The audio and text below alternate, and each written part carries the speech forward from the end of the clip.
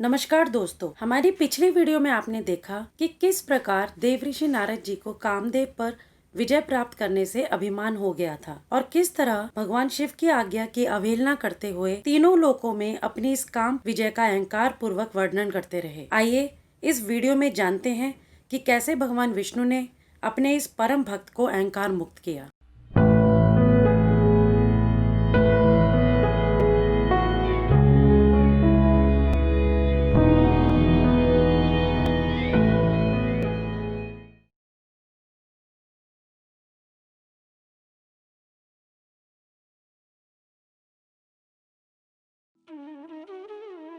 जब नारद जी विष्णु लोक से जाने लगे तब भगवान विष्णु ने भोलेनाथ की इच्छा से नारद जी के कल्याण हेतु एक माया रची। उन्होंने नारद मुनि के मार्ग में एक सुंदर नगर की रचना की जो हर तरह से सुशोभित और मन को मोह लेने वाला था। जब नारद जी वहाँ पहुँचे तो वहाँ बहुत चहल पहल थी। उन्हें पता चला कि उस नगर का राजा अपनी पुत्री के विवाह का आयोजन कर रहा है। जब नारद मुनि महल में पहुँचे तो राजा ने उन्हें प्रणाम किया और हर प्रकार से सेवा की। इसके बाद राजा ने अपनी पुत्री को बुलाया और नारद जी से कहा कि हे मुनिवर, इस कन्या के गुण दोषों को बताने की कृपा करें। नारद जी बोले, आपकी कन्या तो साक्षात लक्ष्मी का रूप है। इसका पति भगवान शिव के समान वैभवशाली, त्रिलोकजयी, वीर तथा कामदेव को भी जीतने वाला होगा। ऐसा कहकर नारद मुनि वहाँ से चल दिए। भगवान शिव की माया के कारण वे काम के वशीभूत हो सोचने लगे कि क्या यह कन्या मुझसे विवाह करेगी। सोचने लगे कि स्वयंवर में आए इतने सुंदर और वैभवशाली राजाओं को छोड़कर भला वह कन्या उनका वरण क्यों करेगी। और मन ही मन सोचने लगे कि नारियों को तो सौंदर्य ही प्रिय होता है और भला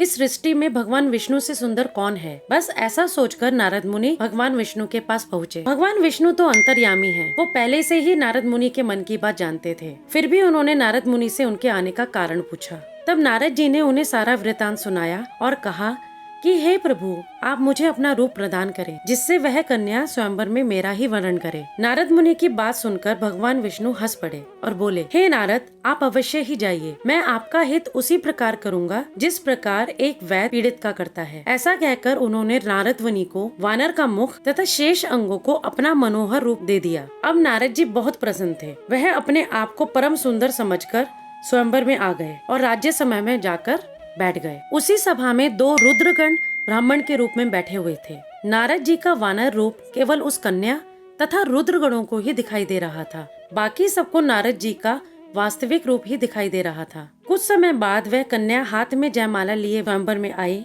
नारद मुनि का वानर जैसा मुख देखकर वह निराश हो गई। उसे अपने मन वांछित कोई वर नहीं मिला। कन्या ने किसी के भी गले में वरमाला नहीं डाली। तभी भगवान विष्णु राजा का रूप धारण कर वहाँ आए और उस कन्या ने उनके गले में वरमाला डाल दी। वास्तव में वह कन्या देवी महालक्ष्मी का ही रूप थी, परंतु काम मोह में पड़कर नारद मुनि वास्तविकता देख ही नहीं पाए। भगवान विष्णु उस कन्या को साथ लेकर विष्णु लोक चले गए। यह देख नारद मुनि विचलित हो गए। उन्हें समझ ही नहीं आ रहा था कि ऐसा क्यों हो रहा है। तब ब्राह्मण मणे रुद्रगणों ने नारद जी से कहा कि हे नारद जी, आप व्यर्थ ही काम के मोह में आ रहे हैं। पहले आप अपना मुख तो देखिए। नारद जी को उनकी बात सुनकर बहुत आश्चर्य हुआ। उन्होंने दर्पण में अपना मुंह देखा और वानर मुख देखकर क्रोधित हो गए। उन्होंने क्रोध में दोनों रुद्रगणों को श्राप देते हुए कहा, तुमने एक ब्राह्मण का मजाक उड़ाया है, अतः तुम दोनों ब्राह्मण कुल में जन्म लेने के बाद भी राक्षस ही रहोगे। रुद्रगणों ने इसे भगवान शिव की ही इच्छा माना और चले गए। रुद्रगणों को श्राप देने से भी नारद जी का क्रोध शांत नहीं हुआ। वे क्रोध में ही विष्णु लोक पहुँच गए और भगवान विष्णु से बोले, हे हरि, आप बहुत दुष्ट हैं। अपने कपट से संपूर्ण सृष्टि को मोहने वाले आप दूसरों को सुखी होता देख ही नहीं सकते। नारद जी के ज्ञान को मोह माया के अंधकार ने ढक दिया था। उन्हें कुछ समझ नहीं आ रहा था।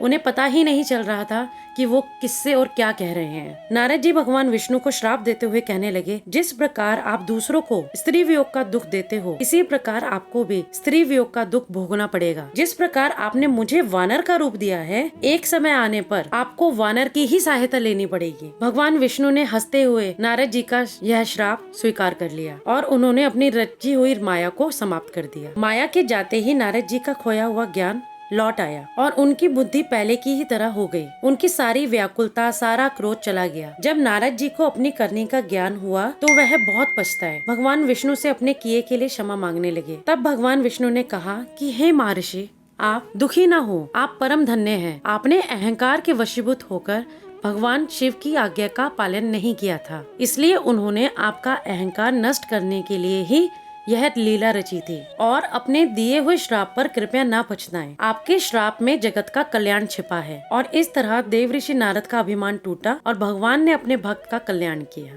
धन्यवाद। अगर आपको मेरी यह वीडियो अच्छी लगी हो तो वीडियो को लाइक करें, शेयर करें और मेरे चैनल को सब्सक्राइब करें और साथ ही बेल आइकन जरूर दबाएं।